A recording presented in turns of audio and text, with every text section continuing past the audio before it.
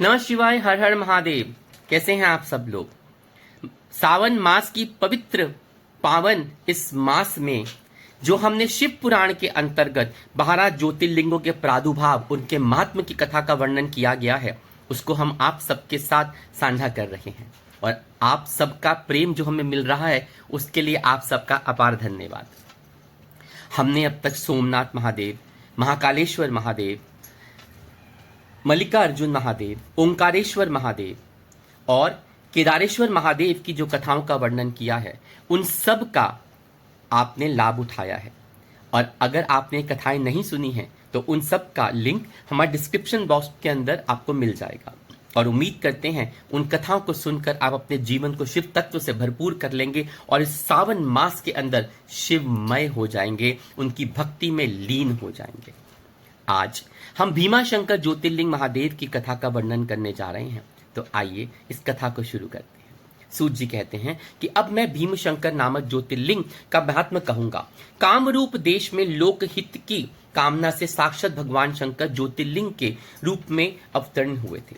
उनका वह स्वरूप कल्याण और सुख का आश्रय है। ब्राह्मणों, पूर्व काल में एक महापराक्रमी राक्षस हुआ था जिसका नाम भीम था। वह सदा धर्म का विध्वंस करता और समस्त प्राणियों को दुख देता था। वह महाबली राक्षस कुंभकर्ण के वीर्य और कर्कटी के गर्भ से उत्पन्न हुआ था तथा अपनी माता के साथ सहे पर्वत पर निवास करता था। एक दिन समस्त लोगों को दुख देने वाला महान भयानक पराक्रमी दुष्ट भीम ने अपनी माता से पूछा, माँ, मेरे पिताजी कहाँ हैं? तुम अकेली क्यों रहती हो? मैं ये सब जानना चाहता हूं, अतः तुम यथार्थ सब बातें मुझे बताओ। कर्कटी बोली, बेटा, रावण के छोटे भाई कुंभकर्ण तेरे पिता थे। भाई सहित यह उस महाबली वीर को श्री राम ने मार डाला। मेरे पिताजी का नाम कर्कट और माता का नाम पुष्कसी था। विराट मेरे पति थे, उन्होंने पूर्व काल में राम ने मार डाला।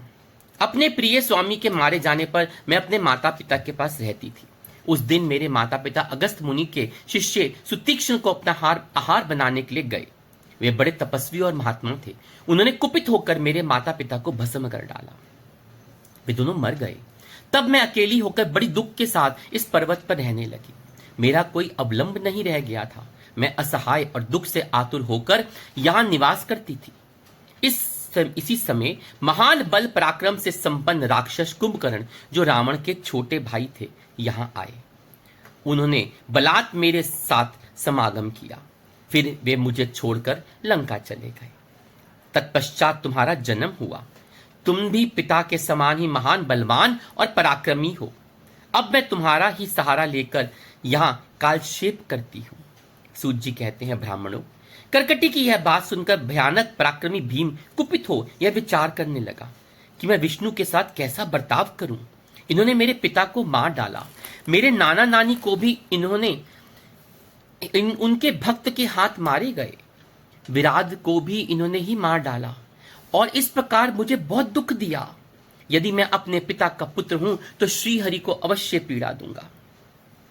ऐसा निश्चय करके भीम महान तप करने के लिए चला गया। उसने ब्रह्मा जी की प्रसन्नता के लिए 1000 वर्षों तक महान तपस्या करी। तपस्या के साथ साथ वह मनी मन इष्ट देव का ध्यान भी किया करता था। तब लोक पितामह ब्रह्मा उसे वर देने के लिए गए और इस प्रकार बोले। ब्रह्मा जी ने कहा, भीम, मैं तुम पर प्रसन्न हूं। तुम्हारी जो इच्छा हो उसके अनुसार वर मांग लो। भीम बोला, देवेश्वर कमलासन, यदि आप प्रसन्न हैं और मुझे वर देना चाहते हैं तो आज मुझे ऐसा बल दीजिए जिसकी कहीं तुलना ना हो। सूत जी कहते हैं, ऐसा कहकर उस राक्षस ने ब्रह्मा जी को नमस्कार किया और ब्रह्मा जी भी उसे अविशिष्ट वर देकर अपने धाम को चले गए। ब्रह्मा जी से अत्यंत बल पाकर राक्षस अपने घर आया और माता को प्रणाम करके शीघ्रता पूर्वक बड़े गर्व से बोला, मां, अब तुम मेरा बल देखो। मैं इंद्र आदि देवताओं तथा इनकी सहायता करने वाले श्रीहरि का महान संहार कर डालूंगा। ऐसा कहकर भयानक पराक्रमी भीम ने पहले इंद्र आदि देवताओं को जीता और उन सबको अपने अपने स्थान से निकालकर बाहर किया। तदंतर देवताओं की प्रार्थना से उनका पक्ष लेने वाले श्रीहरि भी उनसे युद्ध करके उन्हें हराया। फिर प्रसन्नता पूर्वक पृथ्वी को जीतना प्रारंभ किया। सबसे पहले वह काम रूप देश के राजा सुदक्षिण को जीतने के लिए गया। वहां राजा के साथ उसका भयंकर युद्ध हुआ। दुष्ट असुर भीम ने ब्रह्मा जी के दिए हुए वर के प्रभाव से शिव के आश्रित रहने वाले महावीर महाराज सुदीक्षण को परास्त कर दिया और सब सामग्रियों सहित उनका राज्य तथा सर्वस्व अपने अधिकार में ले लिया। भगवान शिव के प्रिय भक्त धर्म प्रेमी धर्म परम धर्मात्मा राजा को भी उसने कैद कर लिया और उनके पैरों में बेड़ी डालकर उन्हें एकांत स्थान में बंद कर दिया।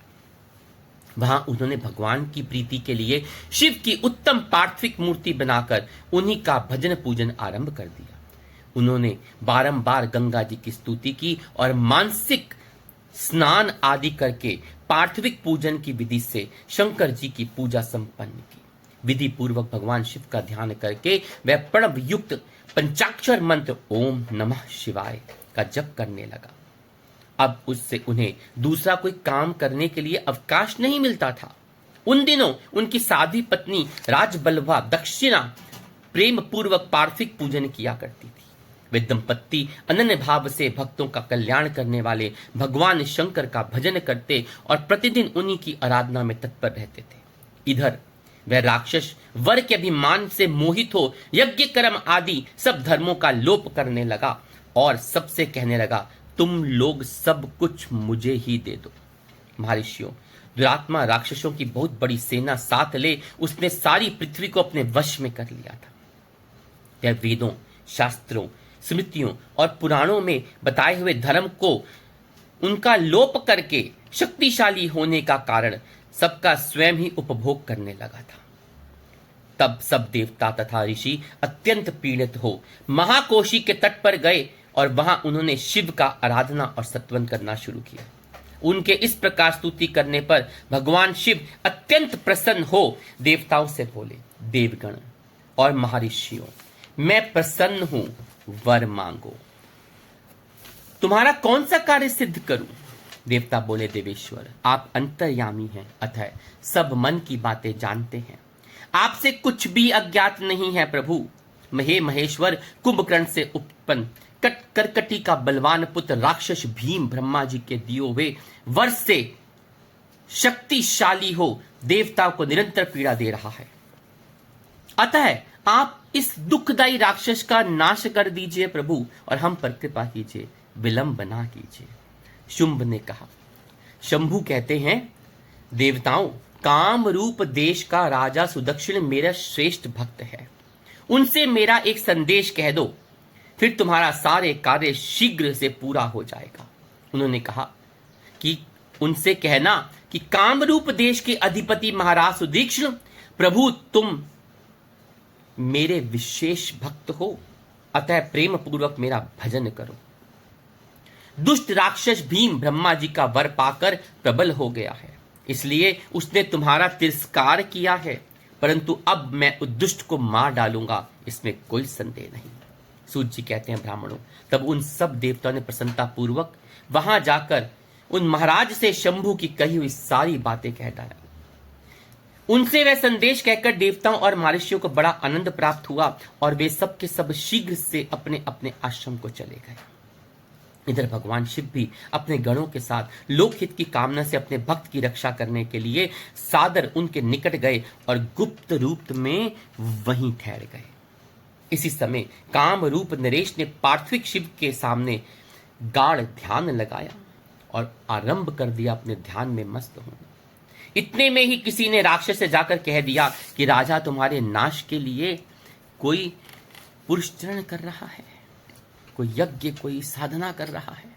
यह समाचार सुनते ही वे राक्षस कुपित हो उठा और उसको मार डालने के लिए इच्छा से नंगी तलवार हाथ में लेकर राजा के पास चला गया।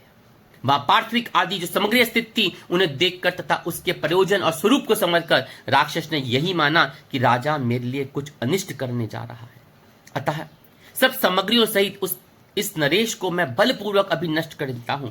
ऐसा विचार कर उस महाक्रोधी राक्षस ने राजा को बहुत डांटा और पूछा, क्या कर रहे हो? राजा ने भगवान शंकर पर रक्षा का सारा भार सौंप कर कहा, मैं चराचर जगत के स्वामी भगवान शंकर का पूजन करता हूं। तब राक्षस भीम ने भगवान शंकर के प्रति बहुत तिरस्कार युक्त दुर्वचन कहे और राजा को धमकाया। साथ ही साथ भगवान शंकर के पार्थिव लिंग पर तलवार चलाई। वह तलवार उस पार्थिव लिंग का स्पर्श करने भी ना पाई थी कि उसमें से साक्षात भगवान महादेव वहां प्रकट हो गए। बोलिए हर हर महादेव। और बोले देखो मैं भीमेश्वर हूं और अपने भक्त की रक्षा के लिए प्रकट हुआ हूं। मेरे पहले से यह व्रत है और कि मैं सदा अपने भक्तों की रक्षा करूंगा, इसलिए भक्तों को सुख देने वाले मेरे बल की ओर दृष्टिपात करो। ऐसा कहकर भगवान शिव ने पिनाक से उसकी तलवार के 2 टुकड़े कर दिए। तब उस राक्षस ने फिर अपना त्रिशूल चलाया, परंतु शंभु ने उस दुष्ट के त्रिशूल के भी सैकड़ों टुकड़े कर डाले। तदनंतर शंकर जी के साथ उसका घोर युद्ध हुआ, जिससे सारा जगत शुद्ध हो गया था। तब नारद जी ने आकर भगवान शंकर से प्रार्थना की। नारद बोले, लोगों को भ्रम में डालने वाले महेश्वर, हे नाथ, हे शंकर, आप क्षमा करें, क्षमा करें। तिनके को काटने के लिए कुल्हाड़ा चलाने की क्या आवश्यकता है प्रभु, शीघ्र इसका संहार कर डालिए। नारद जी के इस प्रकार प्रार्थना करने पर भगवान शंभु ने हुंकार मात्र से उस समय समस्त राक्षसों को भस्म कर डाला। पुनः अब देवताओं को देखते देखते शिव जी ने उन सारे राक्षसों को दग्ध कर दिया था। तदनंतर भगवान शंकर की कृपा से इंद्र आदि समस्त देवताओं और मुनीश्वरों को शांति मिली तथा संपूर्ण जगत स्वस्थ हो गया।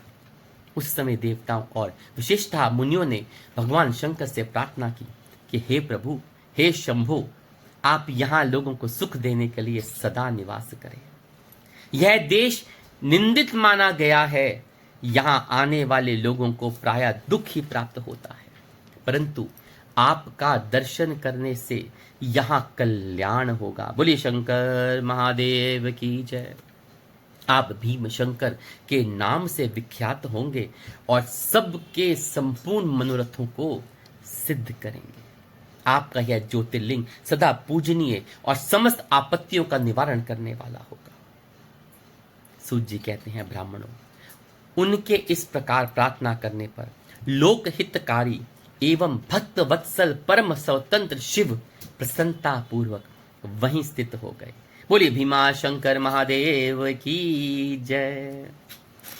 भीमा शंकर ज्योतिर्लिंग के दर्शन करने से भक्तों के सभी पाप धुल जाते हैं और उन्हें मोक्ष की प्राप्ति होती है।